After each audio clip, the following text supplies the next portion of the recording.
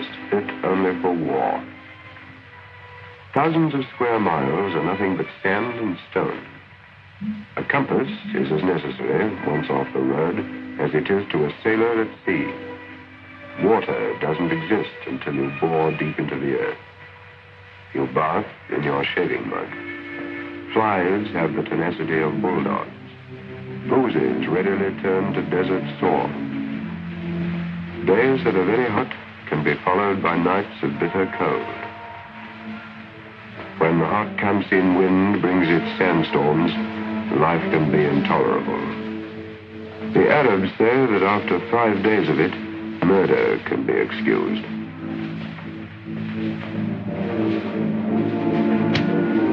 The tide of this war in the desert has ebbed and flowed. But as Rommel advanced after we lost Tobruk, never had our backs been so close to the Suez Wall. We had lost 80,000 men and much booty.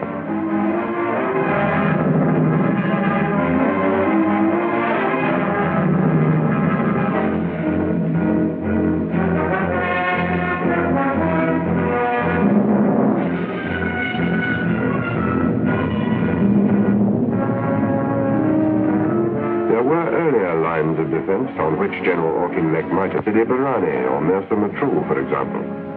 But he was deliberately falling back on El Alamein, no more than 60 miles from Alexandria. To Rommel, advancing at considerable speed, Egypt, with the Nile Delta, which gives it life, Cairo, British General Headquarters and Africa's principal city, Alexandria, Egypt's chief port and base of our Mediterranean fleet, and Suez, gateway to the Far East. All these must have seemed dazzlingly near as a mirage, and as it proved, as much an illusion. It was a wise decision of General Auchinleck's to come back to El Alamein, much the strongest natural line of defense between the Libyan frontier and the Delta. Moreover, Rommel's lines of supply were here stretched to the limit. On the right, our flank rested on the sea. On the left, it approached the Qattara Depression, a trough the size of Wales, 1/3 of it salt marsh, and all of it territory that no vehicle can cross.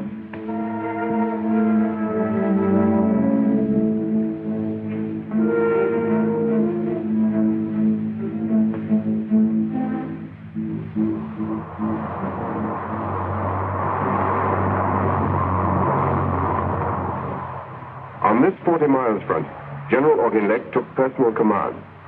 His the total responsibility. Not another yard back were we going. His much depleted army dug, blasted, and wired itself in, and laid protective mines. Our front was one of discontinuous belts of minefields with strong points, and machine gun and anti-tank gun emplacements. But it was as yet extremely slender.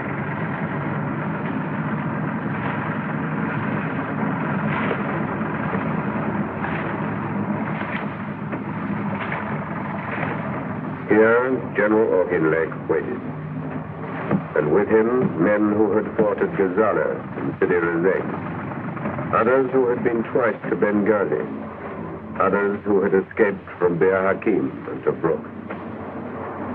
The 8th Army had made a fighting retreat of 400 miles, and the battle which approached in its importance, the Battle of Britain, was now at hand. The Middle East, Suez, and infinitely more was at stake.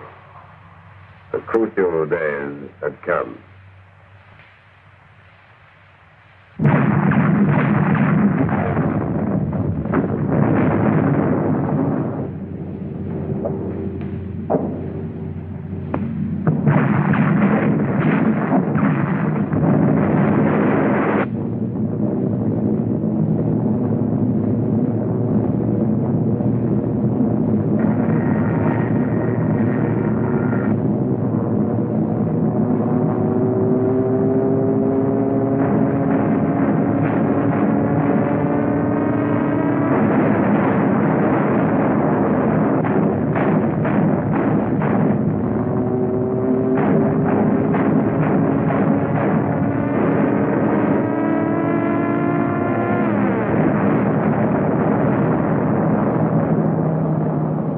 Then hell.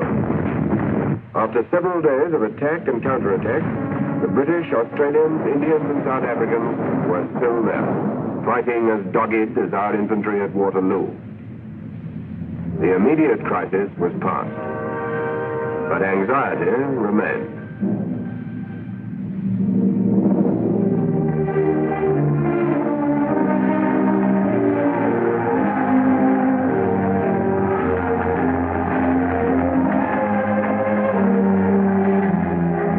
Into this situation stepped Mr. Churchill, bringing his own inspiration and vigor.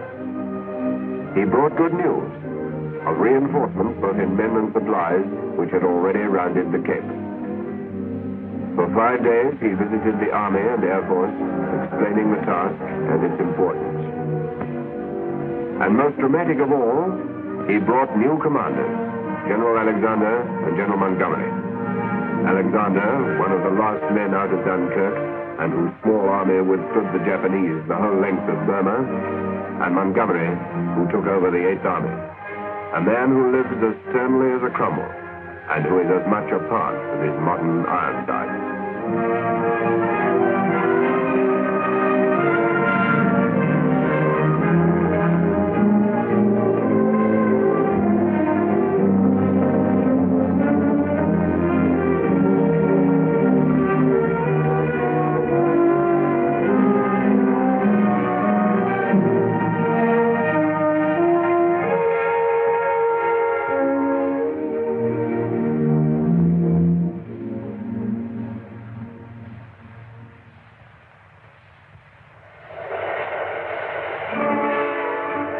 Battles swallow up weapons faster than you can build them. At home in Britain, the machinery of war poured from the factories. And British women worked alongside men on the shells, the ships, the tanks, the aircraft, the explosives. In no country are women so thoroughly organized for war.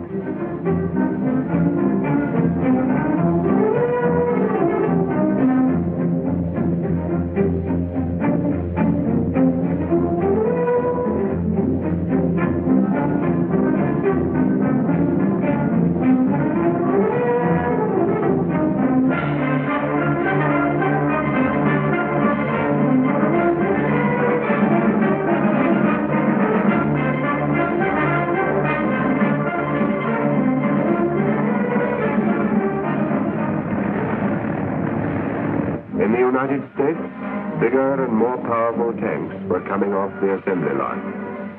The Shermans, for instance, with their 75mm guns and all-round traverse, going to Egypt for the first time. Although American material used at Alamein was but a small proportion of the whole, it was vital to our success.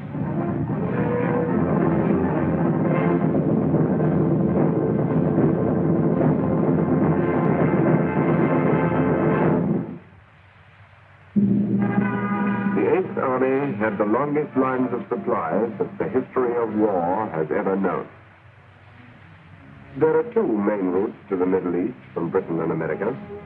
The first, by sea round the Cape, 12,000 miles menaced by U-boats, which nothing but the resolution of our merchant seamen and the naval guard over them has kept open. And the second, by air across the middle of Africa, over the Niger, and then north along the Nile Valley.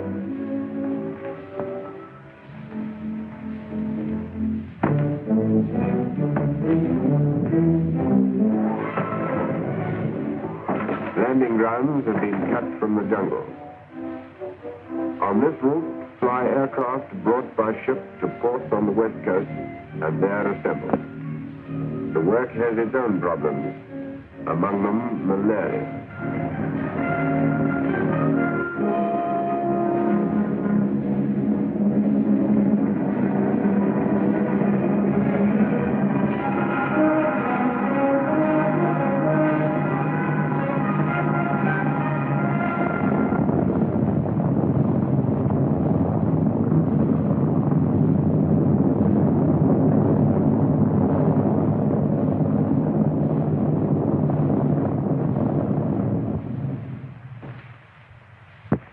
behind the line, great reinforcements. In the line, Rommel had come for us again. It was 2 months later. He told his troops that on this day they were going to Cairo. But 5 days afterwards, he withdrew. He left nearly 300 tanks behind to prove his generalship.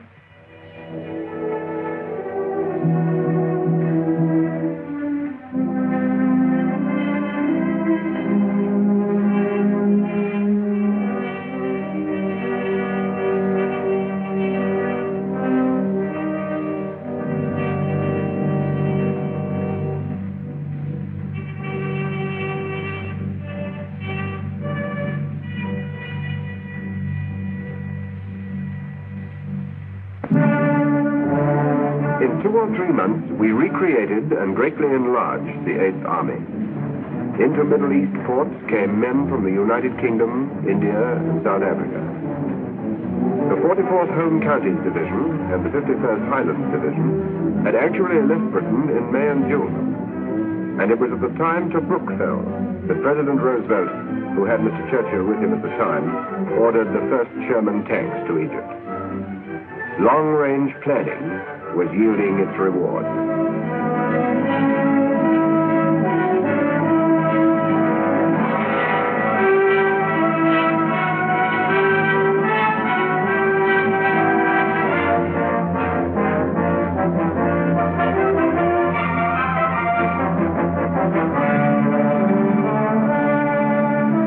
The Air Force kept guard.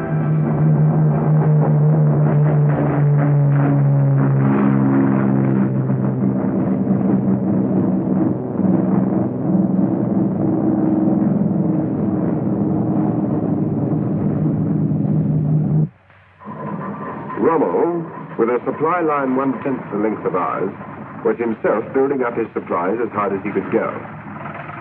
But for a considerable proportion of them, there was no future. Our United Air Forces saw to that.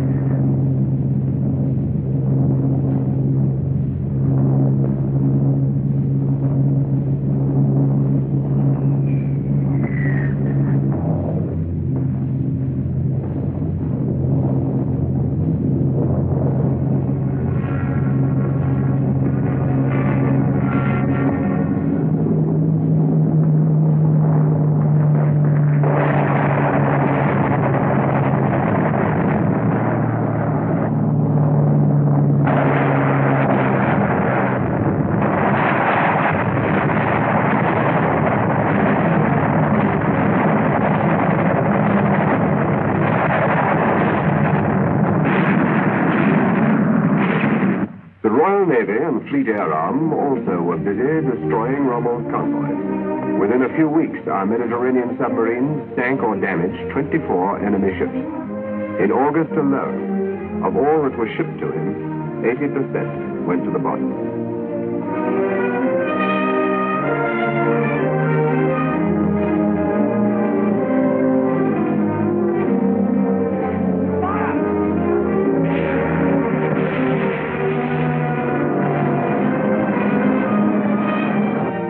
Meanwhile, the 8th Army trained to the last ounce. The physical fitness and hardness of an army is one of the biggest battle-winning factors in war. When two first-class fighters meet, he who sticks it longest wins in the end. This has been proved time and time again, and applies to all ranks, from general officers to private soldiers. And this includes all branches of the army, whatever their job, and wherever they be.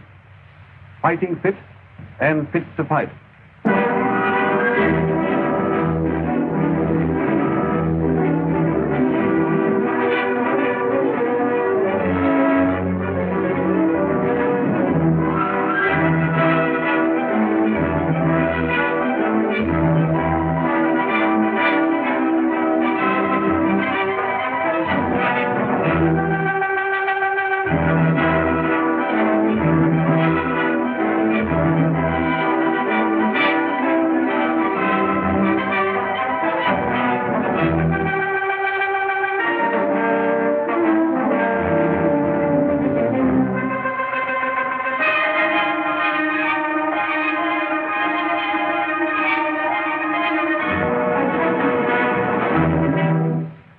Towards the middle of October, preparations on both sides were nearing completion. In the north, Rommel's forces stretched from the coast to a point 10 miles inland. Here were the bulk of his German infantry, comprising the 90th Light and the 164th Divisions, together with the Italian Trieste Division. In the south, holding a front of 14 miles, were 3 Italian divisions. These were strengthened by the rest of his German infantry. The center was left deliberately weak, held by a single Italian division, the Bologna, holding a front of 16 miles. Behind the infantry in the north were 2 armored divisions, 1 German and 1 Italian, and similarly in the south. The British line began in the north with the 9th Australians, and below them the 1st South Africans. The 51st Highland Division, who had St. Valery to avenge, and the 4th Indian Division, veterans of Abyssinia and the Western Desert, held the center. In the south were the 50th Division from the Tees and Tyne, with the fighting French of Bir Hakeim and contingents of Greeks. The tactical reserve was found by the 44th Division from counties close to London. Our armored divisions were 3, all United Kingdom men. Some veterans of a score of desert battles, others new to the work. 1 division, the famous 7th, held the extreme south. The other 2 were in close support in the north, with the 2nd New Zealand Infantry Division alongside.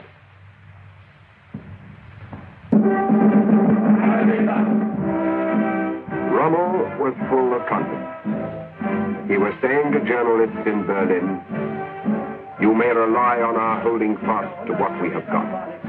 We hold the gateway to Egypt with the full intention to act." Man kann sich auch verlassen. Was wir haben, halten wir fest.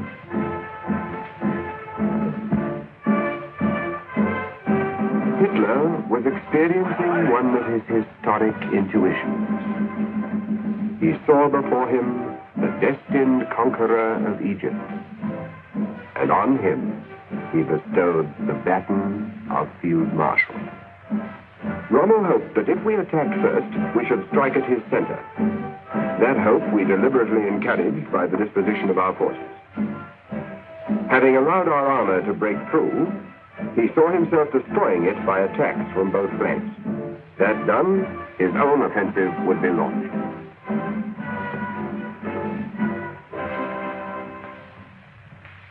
General Alexander, Admiral Harwood, and Air Marshal Tedder planned Alamein together. It was to be a joint operation. Unity of command had become a reality. In the desert itself, General Montgomery and Air Vice Marshal Cunningham lived cheek by jowl. There was no divided command, said General Montgomery. There was only one command.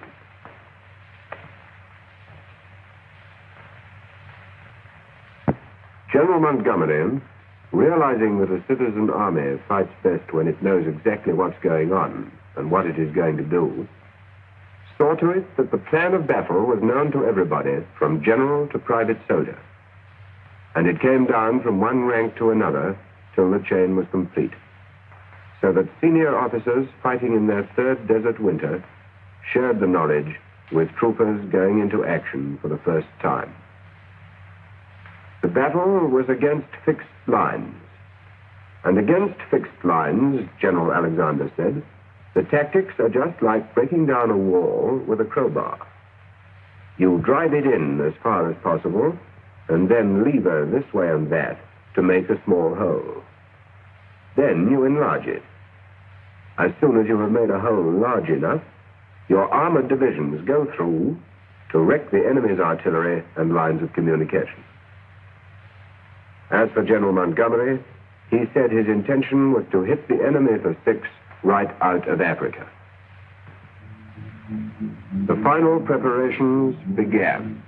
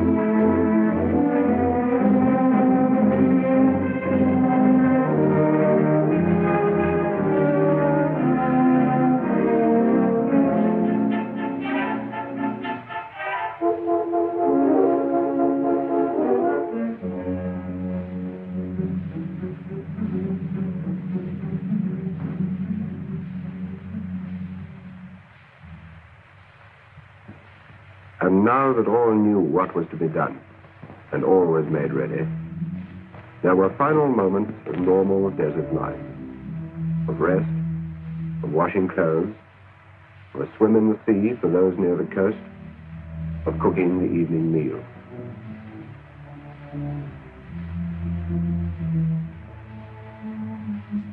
The coming of dawn over the Mediterranean, the sunset with a touch of green in the horizon, the mirage turning sand into water and sprinkling that water with the sails of small ships. Many a soldier saw these things, perhaps for the first time, and he wrote his letters home and smoked and talked things over, or lay silent as he listened to the pipes playing Highland Laddie.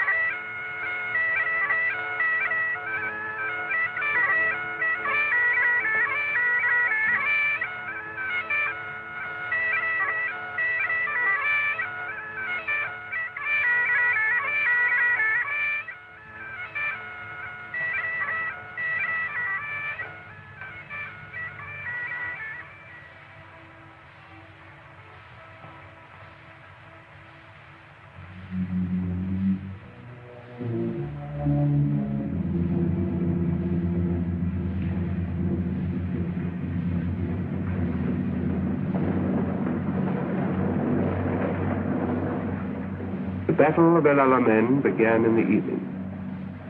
As light failed, the final moves were made.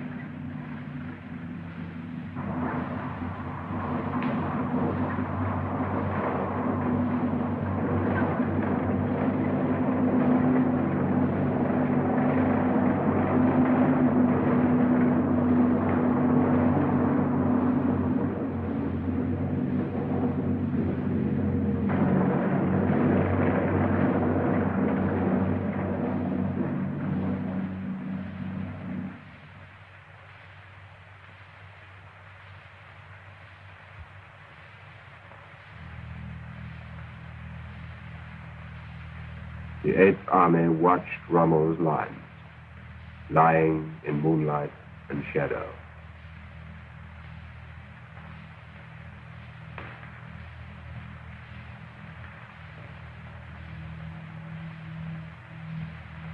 At 0-30, the barrage begins. At the same moment, the sappers will move forward to clear gaps in the enemy minefield, marking the gaps with white tape. After 30 minutes, the barrage will lift from the first objective and creep forward. At 0 hour, 10 o'clock, the infantry will advance.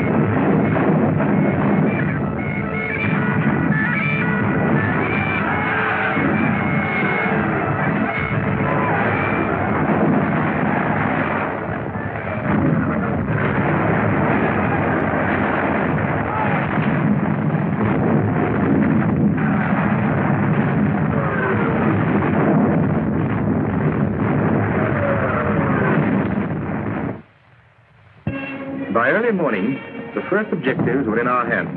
The barrage had done its work. The guns had been heard in Alexandria, 60 miles away.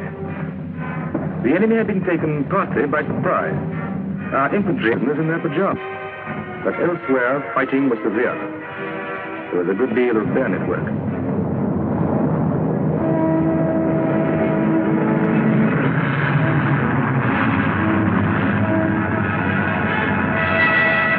And now our forces moved up, consolidating and advancing further.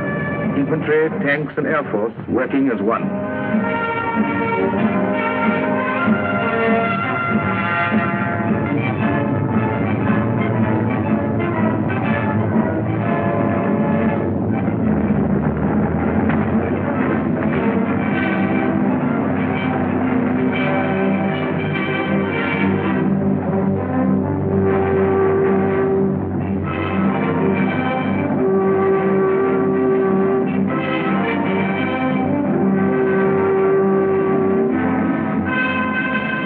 After a hard day's fighting, the 8th Army had made a salient in the north 6 miles wide and to a depth 4 miles beyond the first enemy minefield. Next day, attacks were made in the center and south, the attacks that Rommel had been expecting and which he thought were the real thing. But they were merely diversions. In fact, our main attack was to be in the north. The 8th Army's crowbar had been driven in and was being levered this way and that.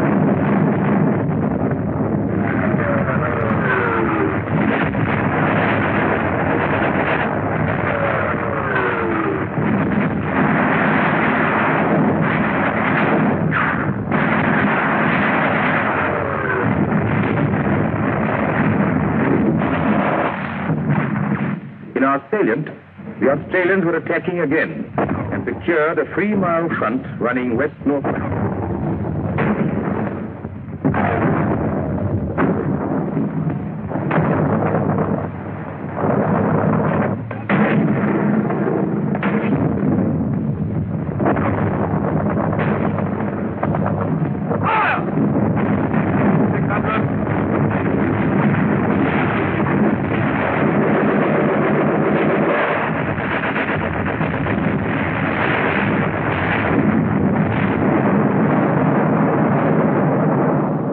Rommel counterattacked repeatedly during these days, both on the ground and in the air.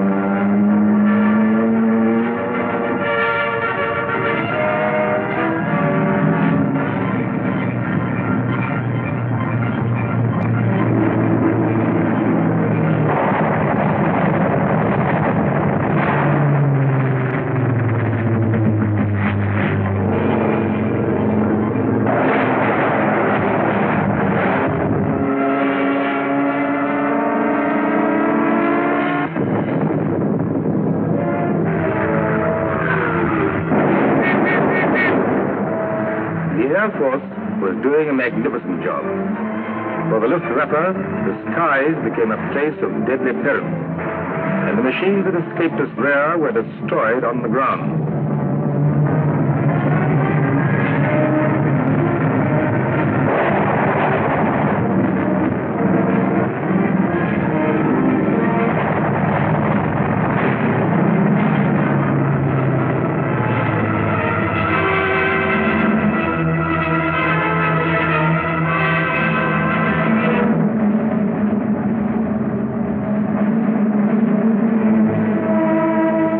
On the 4th day of the battle, Kidney Ridge was assaulted by troops of the 7th Armored Division, riflemen, light tanks, and armored cars.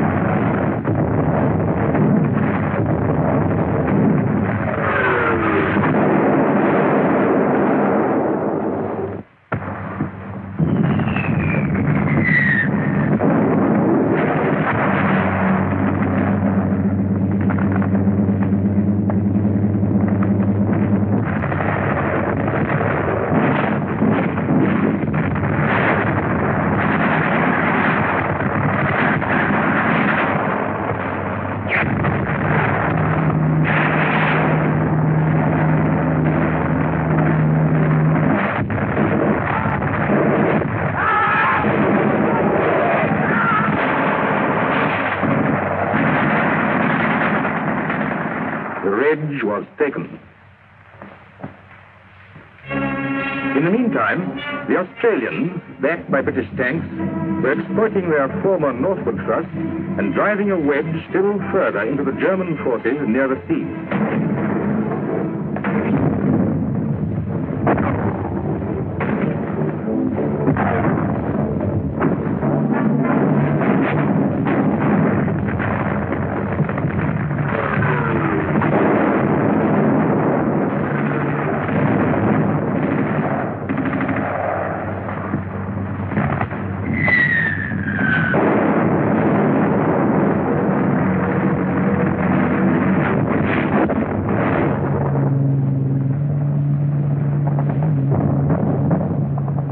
Was now fighting back with little pause and with increasing desperation.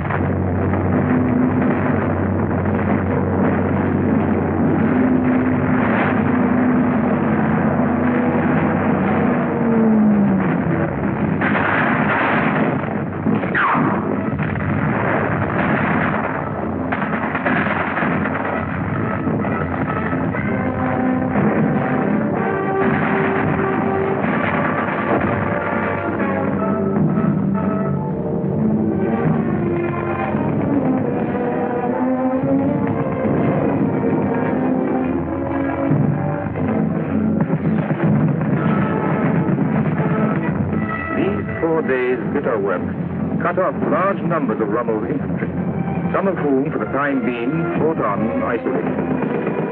Casualties suffered were heavy on both sides, but large groups of prisoners were in our hands.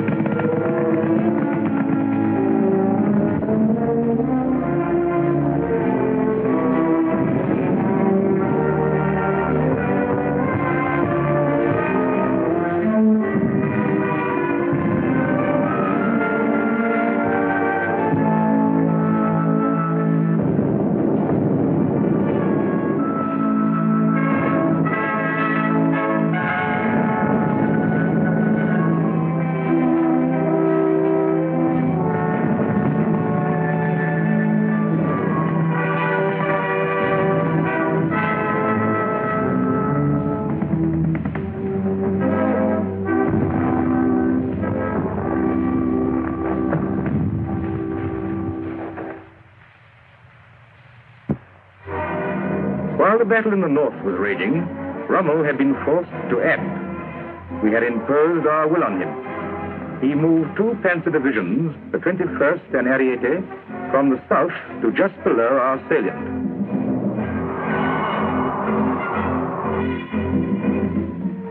The Air Force began the task of preventing them from concentrating.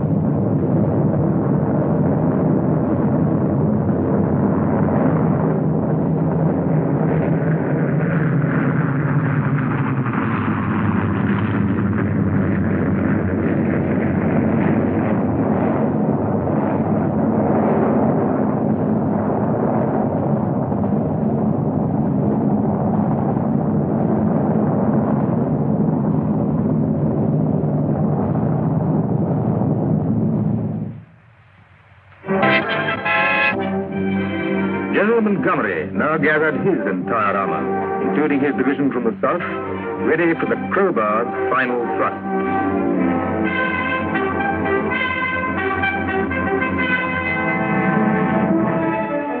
The first phase was finished. On November the 1st, the 9th day of battle, the 8th Army advanced on its entire front of 40 miles. But the blow we meant to be mortal was struck at the head of the bulge.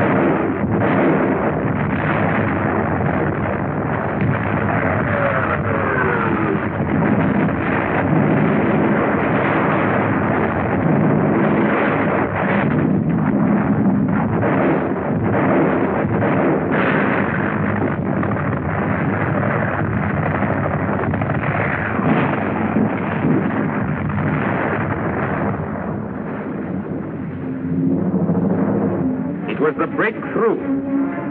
Within 2 hours, our light tanks were 40 miles behind Rommel's lines, destroying his transport. The result was consternation and terror.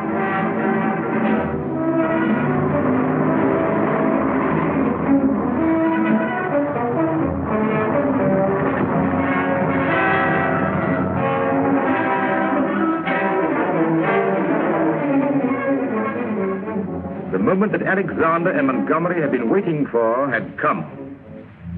The entire weight of their armor was in readiness, and like a fleet of ironclads, it sailed through the gap. Its purpose was simple: to destroy Rommel's armor.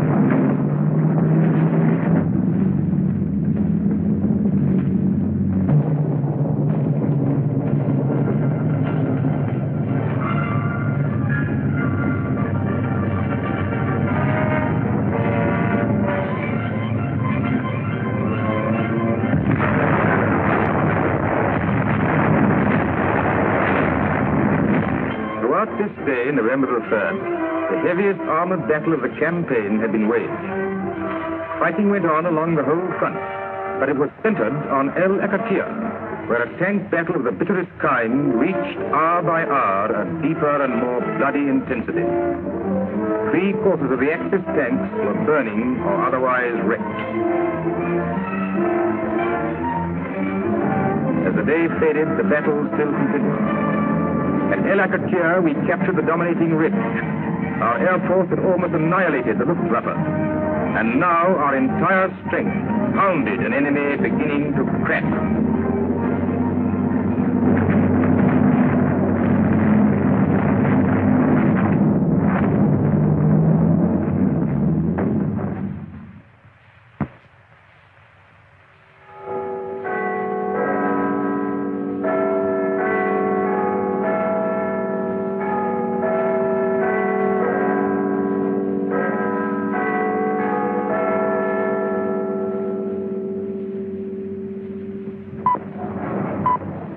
This is the BBC Home and Forces program.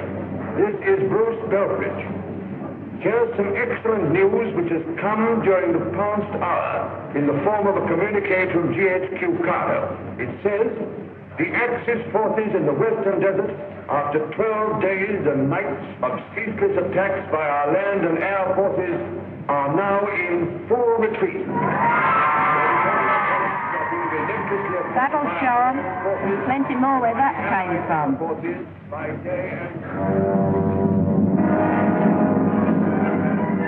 The Africa Corps, utterly broken and possessed with no thought but flight, was hotly pursued. But the 8th Army was not only the thunder behind, but the lightning ahead. From hull-down positions on the road of escape, our guns and tanks knocked out on the first day of retreat over 50 of Rommel's remaining panzers without loss. He had already left 500 tanks behind him on the battlefield. We captured over 1,000 pieces of artillery.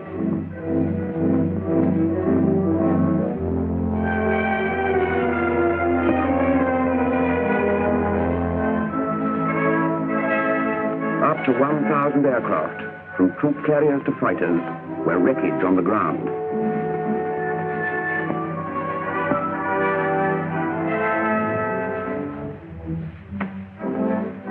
Italians in the south, abandoned by Rommel with neither food nor water, were swept up by us to the tune of 5 divisions.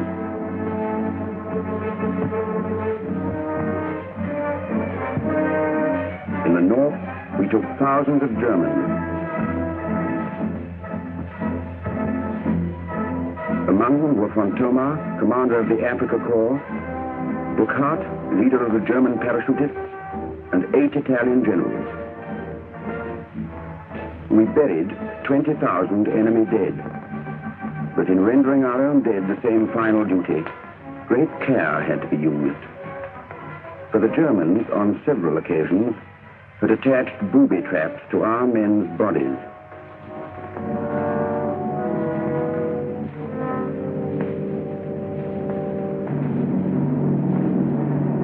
Pursuit was remorseless. Every enemy column, on the coast road or in the desert, sometimes jammed head to tail, was bombed, blasted, and machine gunned. They tasted what they'd administered in France and Poland.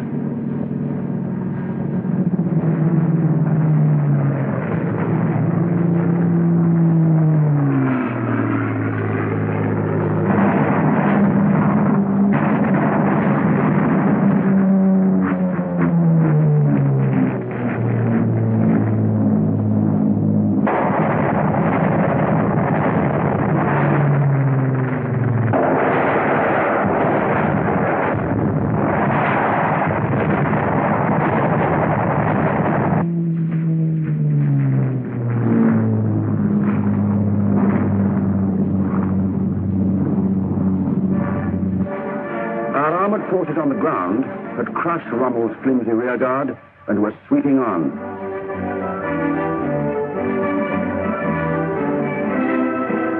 After 2 days' pursuit, rain fell, and the chase was much impeded.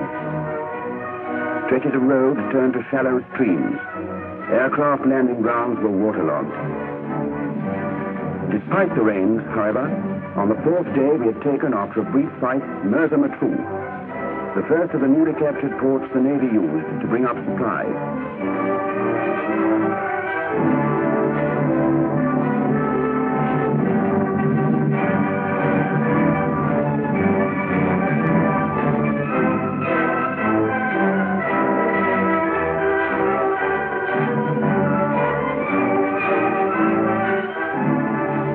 The first heavily mined roads were encountered at Hellfire Pass, where the twisting road rises 700 feet.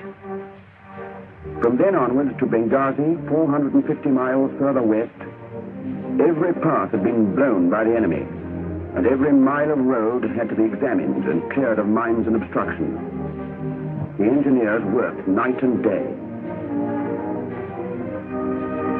To Saloum, the Navy brought 1.5 million gallons of water and other vital supplies.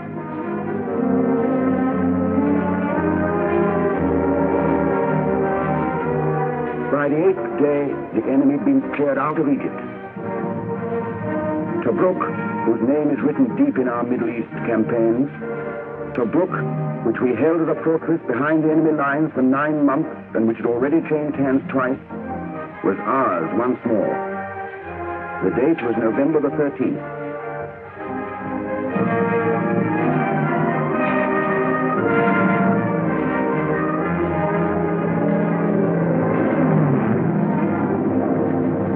In Cyrene, the Eighth Army passed from desert to a green countryside, which its Italian colonists had abandoned, and it was no more than a week between our taking Tobruk and entering Benghazi. At Benghazi, we paused to replenish our supplies. The harbor, bombed by us for over 2 years, so regularly that the pilots called it doing the mail run, was now littered with sunken ships. Cranes, installations, and most of the quays were demolished. Yet the Navy and engineers worked to such good purpose that before long our ships were unloading. By sea and land, we were soon bringing up 3 million gallons of petrol a week and 8,000 tons of ammunition.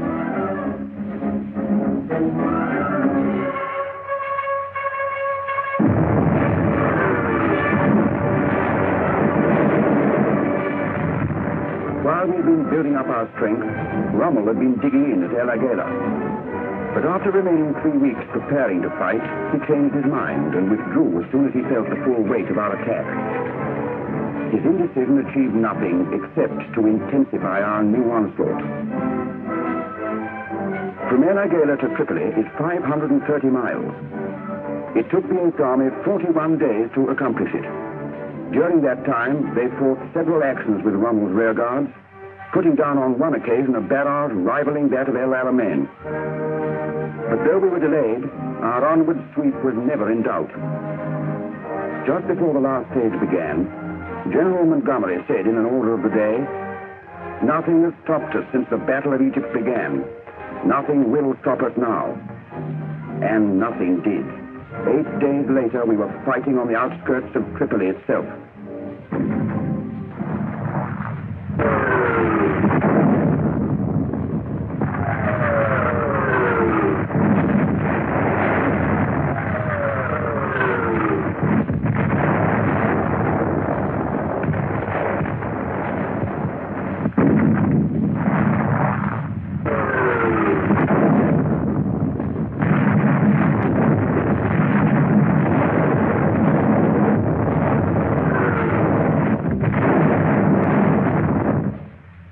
The surrender of Tripoli by the governor of Libya and the mayor of the city extinguished the Italian overseas empire. Country by country, the British army had conquered it. Abyssinia, Eritrea, Italian Somaliland, Libya, Tripolitania. Not a single town now remained to them.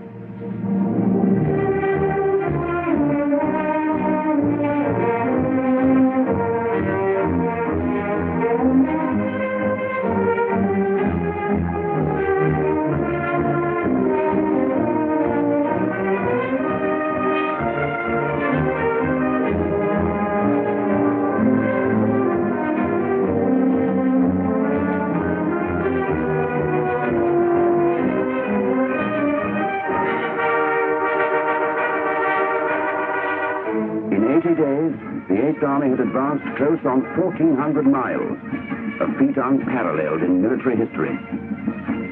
Throughout the battle and advance, for every casualty suffered, it had inflicted 5 on the enemy. In the words of Mr. Churchill, "You have altered the face of the war in the most remarkable way."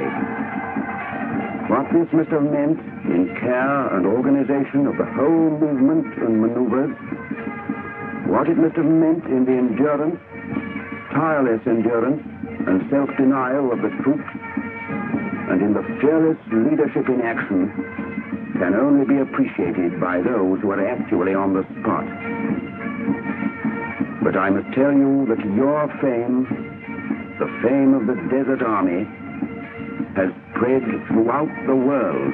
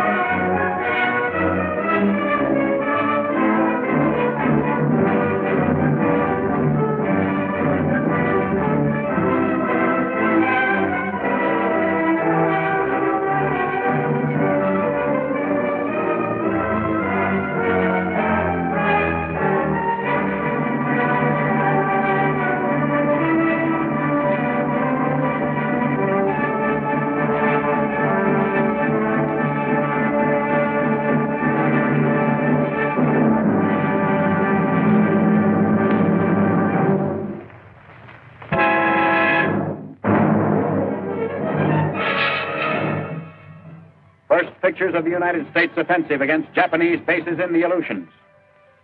September 1942. A large U.S. convoy slips through Aleutian fog to a secret destination called Fireplace in code. A harbor close to Kiska, in easy bomber range. The blinker gives the signal, and under cover of fog, well-armed scouts scramble down the landing nets into ready assault boats. First step in America's advance in the Aleutians. Not many bomber miles away, Jap-occupied positions as yet are wholly unaware of this new American threat. Quickly, soldiers pour ashore with small arms and ammunition, swarming inward for reconnaissance to make sure the island is uninhabited. And right behind, the first waves of equipment and supplies, vehicles and heavier guns, the growing stream unloading quickly from Higgins boats, which shuttle back and forth from bulging transports in the harbor. Wave after wave in careful pre-planned schedules. Never stopping, the military cargo ferries bring ashore an endless stream of food and water, clothing, ammunition, and some of the vast quantities of fuel necessary to maintain a major landing force.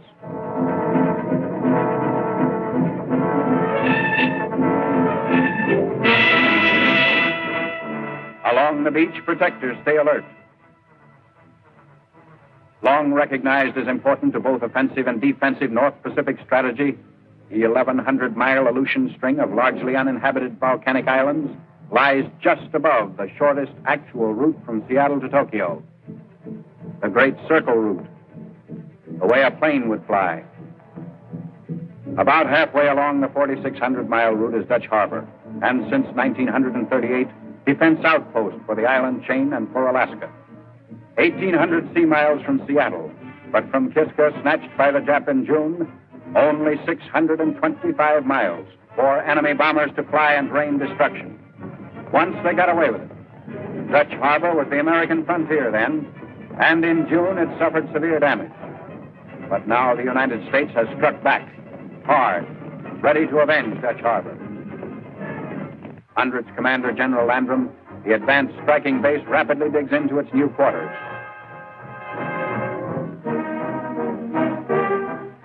A permanent camp is laid out quickly on the treeless, inhospitable slopes above the barren island beaches, protected by anti-aircraft gunners on constant alert. Meantime, communications around the island are promptly established.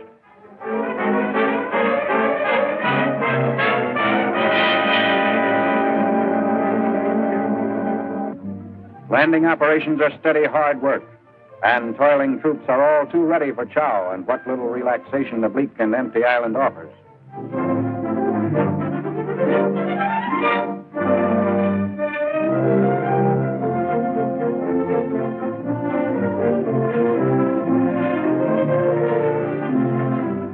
But not too much time out now.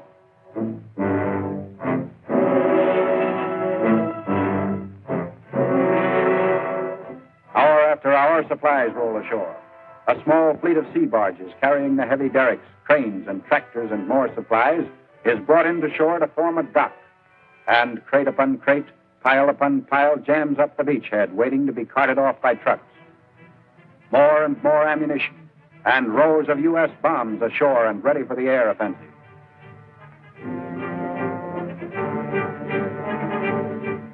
The big cranes are put ashore, their unloading job finished, while tractors, bulldozers, and graders land to build the airport.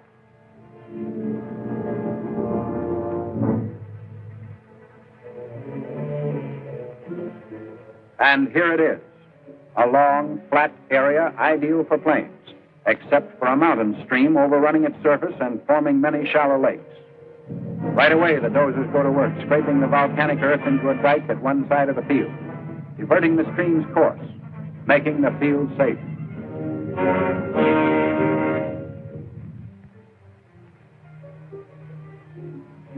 The moment that engineers declare the soggy field ready for big, heavy flying fortresses, bomber squadrons will be called to go into immediate action.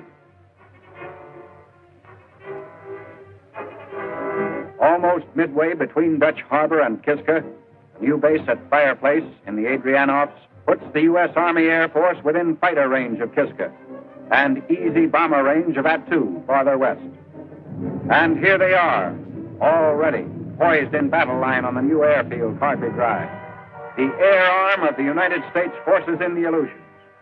Giant B-24s and B-17s, the Liberators and flying fortresses feared the world over, ready for attack when motors and guns have been carefully checked.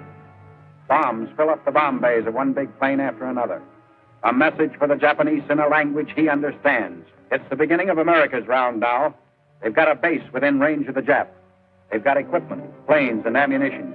They've got men here, skilled veteran flyers who in an hour will be winging their four-motored sky fortresses over Jap-held territory. Welcome target for their bomb sites.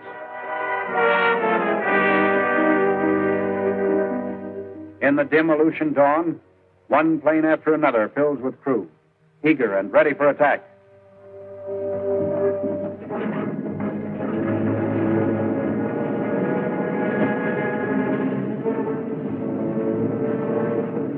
All set? Let's go.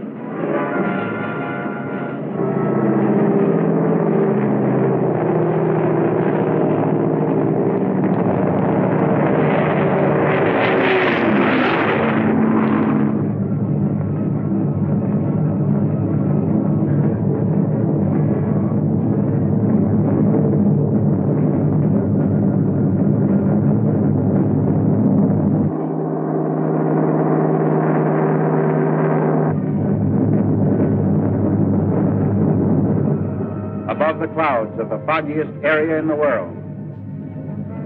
Below, island after island of the Aleutian chain, where for years innocent-looking Jap fisher boats lurked in disguise, plotting shoals and reefs for future reference and use. Approaching the island of Kiska, machine gunners poised for action. In the harbor, a Nipponese warship. Without deviating from their course, the gunners scrape the decks.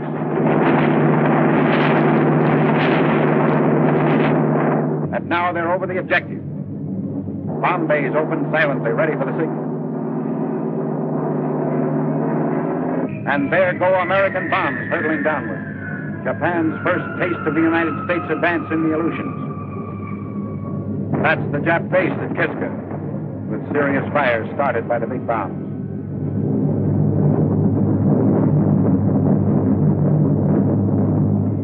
Another load, recorded by slow-motion camera, shoots toward the surprised enemy below. A first sample of treatment he can expect daily from now on.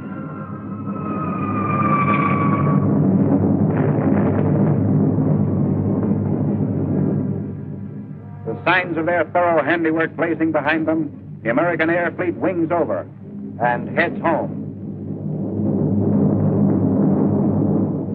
Communique from the Aleutians. At dawn, a fleet of United States B-17 and B-24 bombers took off from an advanced Aleutian base with Japanese installations at Kiska as objective. Scattered enemy fire was encountered. One Japanese warship strayed. High explosive and demolition bombs were dropped with success on objectives, and several fires were observed. All attacking planes returned safely to their base.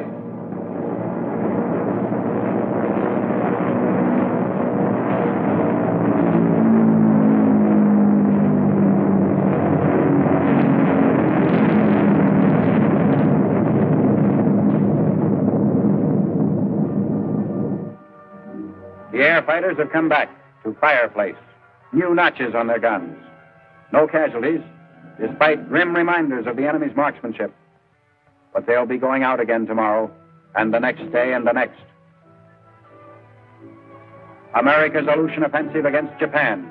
An end of the beginning, and beginning of the end.